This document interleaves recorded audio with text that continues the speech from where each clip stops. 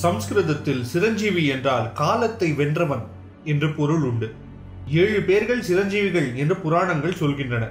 கடவுளின் கல்கி அவதாரத்தின் போது அவருக்கு உதவ காத்திருக்கிறார்கள் எனவும் சொல்வார்கள். இன்று சிம்பிளி சும்மா தமிழ்ல பார்க்கவிருக்கும் வீடியோ அந்த 7 சிரஞ்சீவிகளை பற்றி தான். முதல்ல அஸ்வத்தாமா. இவரோட அப்பா துரோணாச்சாரியார் பரமசிவனுக்கு சரிசமமான பலம் உள்ளவர். 64 விதமான கலைகள், பலவித ஆயுதங்கள், 18 விதமான அறிவு என எல்லாவற்றிலும் சிறந்து விளங்கினார். குருக்ஷேத்திர யுத்தத்தில் இவரும் இவர் மாமா கிருபாச்சாரியரும் தான் கௌரவர் தரப்பில் போரிட்டு உயிருடன் மிஞ்சியவர்கள்.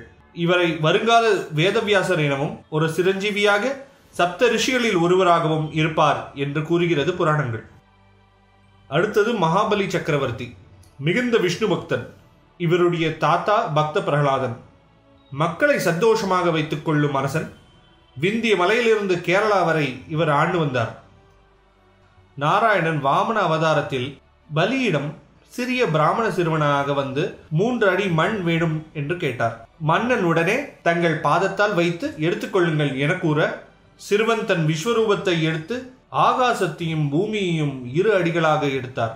3வது அடி வேணுமே என்று கேட்டார். வந்தது ஸ்ரீமன் நாராயணன் என தெரிந்த பாலி தன் தலையில் 3வது அடியை வையுங்கள் என வேண்டினார். பாதம் வைத்து அருளினார் பரமன்.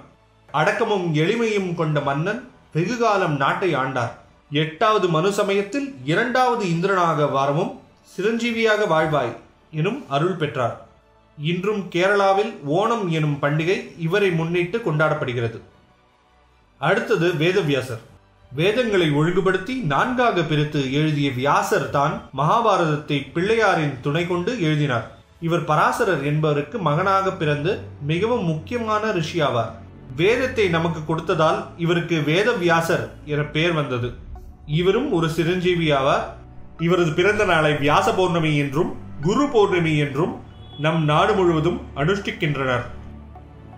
அடுத்த சிரஞ்சீவி ஆஞ்சநேயர். சிறந்த ராம பக்தனான இவர் வாயு வம்சத்துடன் அஞ்சனா தேவியின் மகனாவார். ராமதூதனாக இலங்கை சென்று சீதையை பார்த்து கனையாழியை கொடுத்து இலங்கையை எரித்து பின் ராமரோடு இலங்கை சென்று லக்ஷ்மணனுக்காக சிரஞ்சீவி மலையை எடுத்து வந்தார்.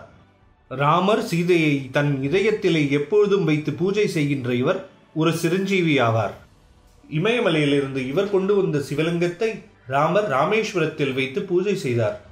ஆஞ்சநேயரின் அருள் இருந்தால் நல்ல அறிவு, செயல்திறன், தைரியம், பணிவு என பல நல்ல பயன் கிடைக்கும்.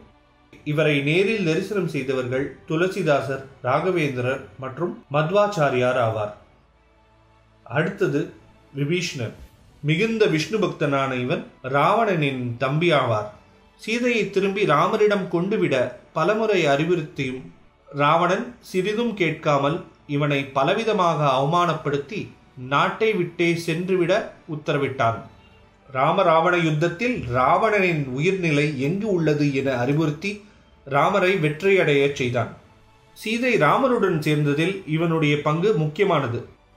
ராமர் ஆசையுடன் இலங்கையை அரசாண்டான். விபீஷ்ணன் ஒரு சிரஞ்சீவி. அடுத்தது கிருபாச்சாரியார். இவர் சரத்வனர் ஜனாபாதுக்கு மகனாக பிறந்து சாந்தனு மகாராஜாவால் பிள்ளையாக தத்து எடுத்துக் கொள்ளப்பட்டார். அவரின் சகோதரி கிருபி துரோணாச்சாரியாருக்கு மனைவி ஆனாள். ராஜகுடும்பத்திற்கு வில்வித்தை ஆசிரியராக இருந்தார். பீஷ்மரால் மாவீரன் என புகழும் பெற்றார். ஒரே சமயத்தில் 60,000 வீரர்களை சண்டையிட்டு வெற்றி கொள்ளக்கூடியவர். ஆயுதங்களை பற்றி நன்கு அறிந்தவர். அர்ஜுனனின் பேரன் பரீட்சித் மகாராஜாவுக்கு ஆசிரியராக இருந்தவர். குருக்ஷேத்திர யுத்தத்தில் கௌரவர்கள் சார்பாக போரிட்டு உயிரோடு மிஞ்சிய 2வரில் இவரும் ஒருவர். இவரும் கலியுகத்தில் சப்த ரிஷிகளில் ஒருவராக திகழ்கிறார். அடுத்தது பரசுராமர். இவர் இறைவனின் ஒரு அவதாரமாகும். தனது தந்தை ஜாமதக்னி முனிவரை கொன்ற காத்த வீரியா அர்ஜுனனை கொன்று பழி தீர்த்து ஆத்திரம் அடங்காமல் எல்லா அரசர்களையும் கொன்று தீர்த்தார். பிரம்மா, விஷ்ணு, சிவன் அம்சமாகிய பிரம்மாஸ்திரம், வைஷ்ணவாஸ்திரம், பசுபதாஸ்திரம் என 3ஐயும் கையாள்வதில் மிக்க தேர்ச்சி உள்ளவர். நமது அணுகுண்டு போலவும் அதைவிட மிகவும் சக்தியுள்ள அஸ்திரங்களாகவும் இவை. நம் முன்னோர்களின் திறனை அளவிடவே முடியாது. இவருக்கு பீஷ்மர், துரோணர் மற்றும் கர்ணன் சீடர்கள் ஆவார். பொய் சொல்லி சிஷ்யனாக சேர்ந்ததால் கர்ணனுக்கு சாபமிட்டார். அதனால்தான் கர்ணன் யுத்தத்தில் தோற்று போனான். ராமாயணத்தில் ராமருடன் போர் புரிந்து தோற்றும் போனார். இவரும் ஒரு சிரஞ்சீவி ஆவார். இந்த விஷயங்கள் உங்களுக்கு பிடித்திருக்கும் என்று நம்புகிறோம். உங்களுக்கு பிடிச்சிருந்தா இந்த லைக் பட்டன் அமுக்குங்க, ஷேர் பண்ணி உங்களுக்கு தெரிஞ்சவங்க எல்லாருக்கும் அனுப்புங்க. மற்றும் சிம்பிளி சும்மா தமிழுக்கு சப்ஸ்கிரைப் பண்ணி இந்த மாதிரி பல விஷயங்கள் தரக்கூடிய வீடியோக்களை பார்த்து ரசியுங்க. நன்றி.